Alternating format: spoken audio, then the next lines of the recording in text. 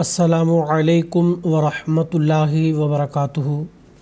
ناظرین کرام، تجوید القرآن کلاسز کے سلسلے میں ایک اور کلاس کے ساتھ خاکسار آپ حضرات کی خدمت میں حاضر ہے۔ ناظرین کرام، آج ہم سورہ طٰہٰ کے رکوع نمبر 5 کی تلاوت سنیں گے۔ حسب سابق تلاوت کے بعد چند قواعد بھی پڑھیں گے۔ اب ہم سنتے ہیں سورہ طٰہٰ کے رکوع نمبر 5 کی تلاوت۔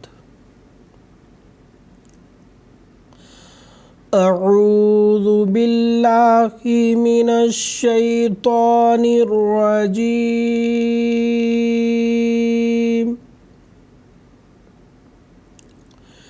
بسم اللہ الرحمن الرحیم۔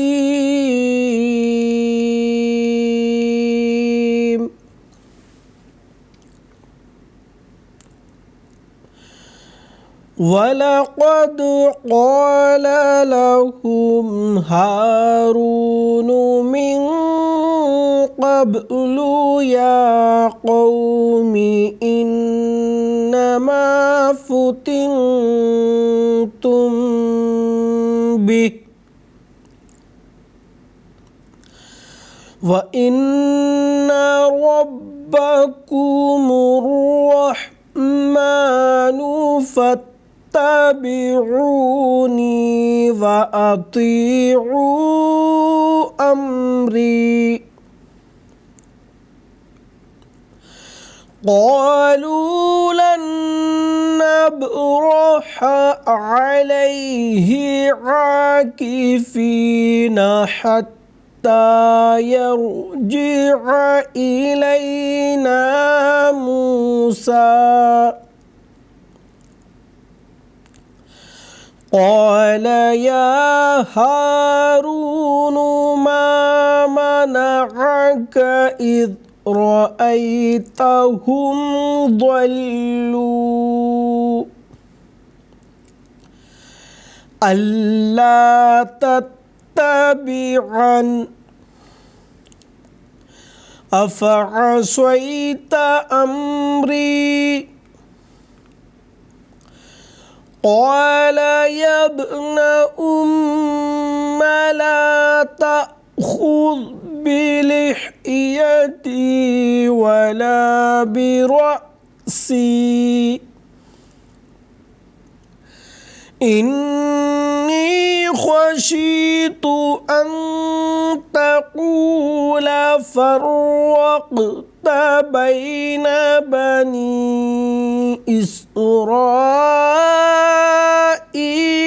ولم ترقب قولي۔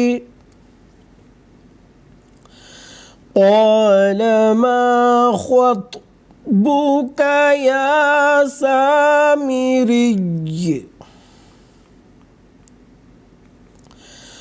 قال بصرت بما لم يبصروا به فقبضت قبضة من أثر الرسول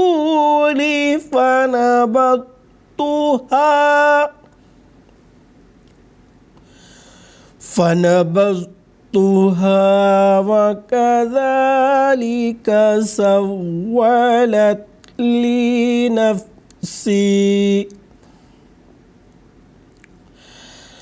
قال فاذهب فإن لك في الحياة أن تقول لا مساس وإن لك موعدا لن تخلفه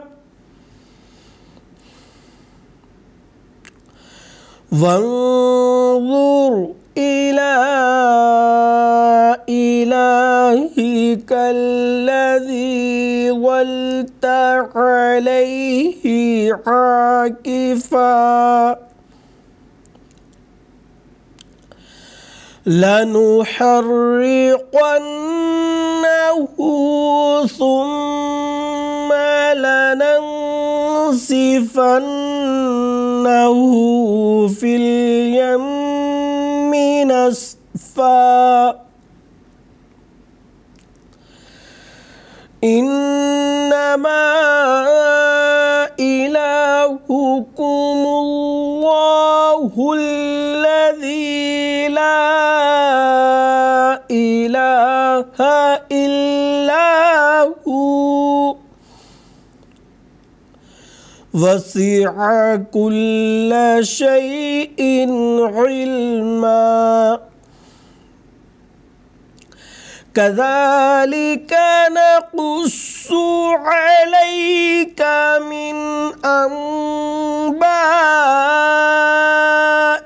مَا قَدْ سَبَقَ وَقَدْ آتَيْنَاكَ مِنْ لَدُنَّا ذِكْرًا مَنْ أَعْرَضَ عَنْهُ فَإِنَّهُ يَحْمِلُ يَوْمَ الْقِيَامَةِ وِزْرًا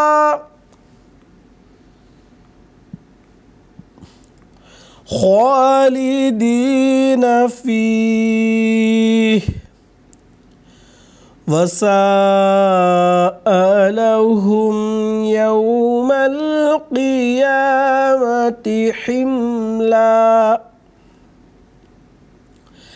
يوم ينفخ في الصور ونحشر المجرمين يومئذ زرقا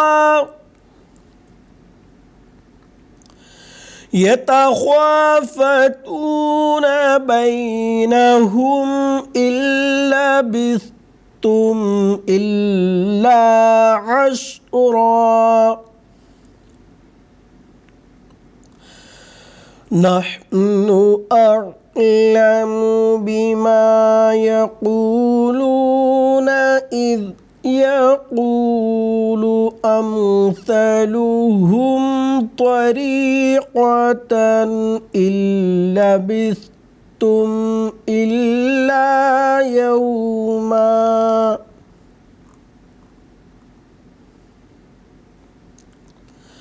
ناظرین کرام، اب تک آپ سورہ طٰہٰ کے رکوع نمبر 5 کی تلاوت سن رہے تھے۔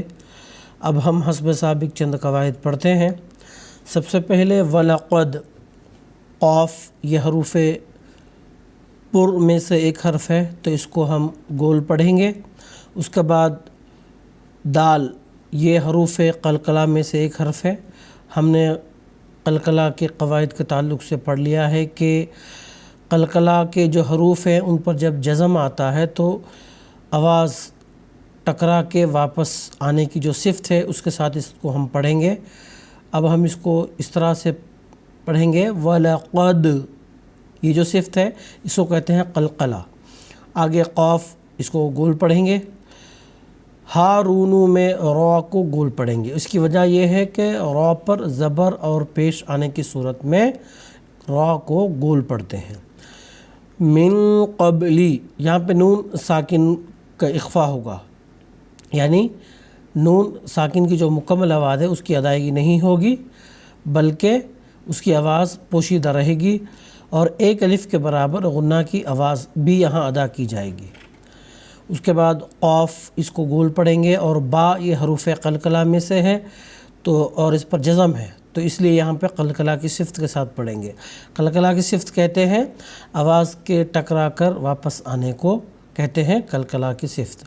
اس کے بعد یا قومی میں قاف حروف پر میں سے ایک حرف ہے تو اس کو گول پڑھیں گے۔ انما میں نون مشدد ہے، ایک الف کے برابر غنہ کی آواز کے ساتھ اس کو ہم پڑھیں گے۔ اس کے بعد فتنتم، یہاں پہ نون ساکن کا اخفا ہوگا، ایک الف کے برابر غنہ کی آواز کے ساتھ۔ اخفا اس وقت ہوتا ہے جب نون ساکن اور تنوین کے بعد حروف حلقی جو 6 حروف ہیں ان میں سے کوئی نہ آئے، اور حروف یرملونا جو حروف ہیں جو جس کے بعد نون ساکن کے بعد اگر یرملونا آتا ہے تو ادغام ہوتا ہے، یہ جو حروف ہیں یہ بھی نہ آئے۔ نہ حروف حلقی آئے اور نہ حروف ارملونہ میں سے کوئی حرف آئے تو نون ساکن اور تنوین کا اخفا ہوتا ہے۔ اخفا کیا چیز ہے؟ نون ساکن اور تنوین کی آواز کو مکمل آواز کے ساتھ نہیں پڑھنا بلکہ پوشیدہ رکھ کر پڑھنا اور ایک الف کے برابر غنہ کی آواز کے ساتھ پڑھنا، اس کو کہتے ہیں اخفا۔ اس کے بعد فتن تم بھی، یہاں پہ میم ساکن کے بعد حرف با آیا ہے تو ایک الف کے برابر یہاں پہ غنہ کی آواز ہوگی اور میم کا جہاں پہ اخفا ہوگا، یعنی جو میم آواز ہے یہ با میں تبدیل ہوگی۔ فتن تم بھی اس طرح سے پڑھیں گے ایک الف کے برابر غنہ کے بعد کے ساتھ۔ یہاں پہ علامت وقف جیم ہے تو وقف ہم نے کیا، وقف کرتے ہوئے قاعدہ وقف کے مطابق آخری متحرک حرف کو ہم نے یہاں ساکن کر دیا۔ اس کے بعد وَإِنَّ نون مشدد ہے، ایک الف کے برابر غنہ کے آواز کے ساتھ اس کو پڑھیں گے۔ ربکم، را پر زبر ہے تو اس کو گول پڑھیں گے۔ را کو صرف اس وقت باریک پڑھتے ہیں جب اس پر کسرہ یعنی زیر آئے، اگر زبر اور پیش آتا ہے تو اس صورت میں اس کو گول پڑھتے ہیں۔ پھر یہاں پہ را اس کو بھی گول پڑھیں گے۔ اس کے بعد فَاتَّبِعُونِی، تا کو باریک پڑھیں گے۔ وَأَطِیعُوا، یہاں پہ جو تا ہے اس کو گول پڑھیں گے۔